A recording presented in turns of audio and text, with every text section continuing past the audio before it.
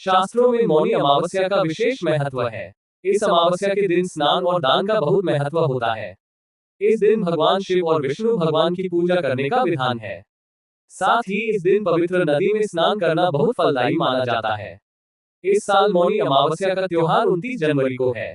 वहीं आपको बता दें कि इस दिन महाकुंभ का दूसरा स्नान भी है।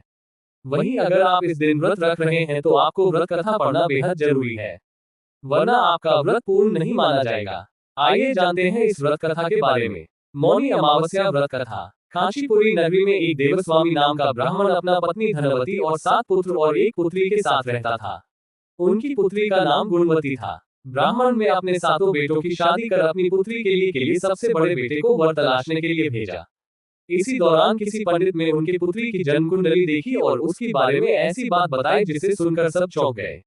पंडित ने बताया कि देवस्वामी की कुंडली में एक दोष है, जिसके कारण पुत्री विधवा हो जाएगी। इसके बाद देवस्वामी ने इसके उपाय के बारे में पूछा। पंडित ने बताया कि सोमा का पूजन करने से ये दोष दूर हो सकता है। पंडित ने सोमा के बारे में बताया कि वह एक धोबिन है और सिंगल द्वीप में रहती है। उसे जैसे तैसे प्रसन्न करके यहाँ लेकर आओ। इसके बाद देवस्वामी का सबसे छोटा पुत्र अपनी बहन को साथ लेकर सिंगल द्वीप जाने के लिए सागर तट पर गया। दोनों सागर पार करने की चिंता कर एक पेड़ के नीचे बैठ गए। जिस पेड़ के नीचे वह बैठे थे उस पेड़ पर एक गिद्ध का घोंसला था और उसमें गिद्ध का परिवार रहता था। गिद्ध के बच्चे दोनों की बातें ध्यान से सुन रहे थे। जब शाम को घोंसले में उन बच्चों की मां पहुंची तो उन्होंने भोजन नहीं किया। बच्चों ने मां से कहा कि पहले नीचे बैठे उन 2 प्राणी को भोजन कराओ और उनकी समस्या का निवारण करो। ये वचन लेने के बाद गिद्ध के बच्चों ने भोजन किया। अगले दिन गिद्ध की मदद से दोनों भाई बहनों को सिंगल द्वीप पहुंचा दिया गया। वहां उन्हें सोमा का घर भी मिल गया।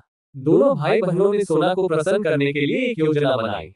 वे दोनों नित्य प्रातः उठकर सोमा का घर झाड़कर लीप देते थे।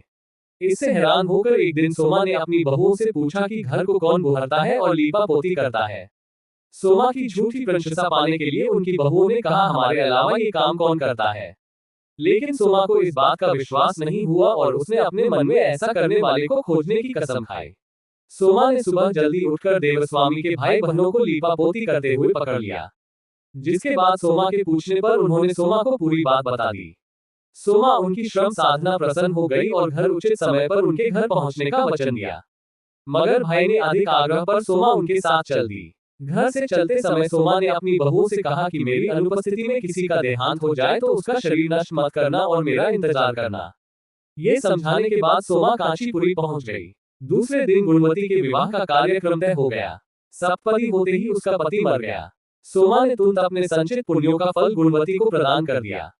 इसके बाद गुणवती ने भगवान विष्णु की पूजा कर पीपल के पेड़ की 108 परिक्रमाएं की, जिसके बाद गुणवती का पति जीवित हो उठा।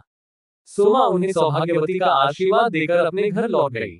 उधर गुणवती को पुण्य फल देने के बाद सोमा के पुत्र जामाता तथा पति की मृत्यु हो गई। सोमा ने पुण्य फल संचित करने के लिए मार्ग में अश्वत्थ पीपल वृक्ष की छाया में विष्णु जी का पूजन करके 108 परिक्रमाएं की। इसके बाद परिवार के मृतक जन जीवित हो गए। इस कथा को जो कोई पढ़ता है, ये सुनता है, उसके सभी दुख दूर हो जाते हैं और समस्त मनोकामनाएं पूर्ण होती है। बोलो जय श्री कृष्णा।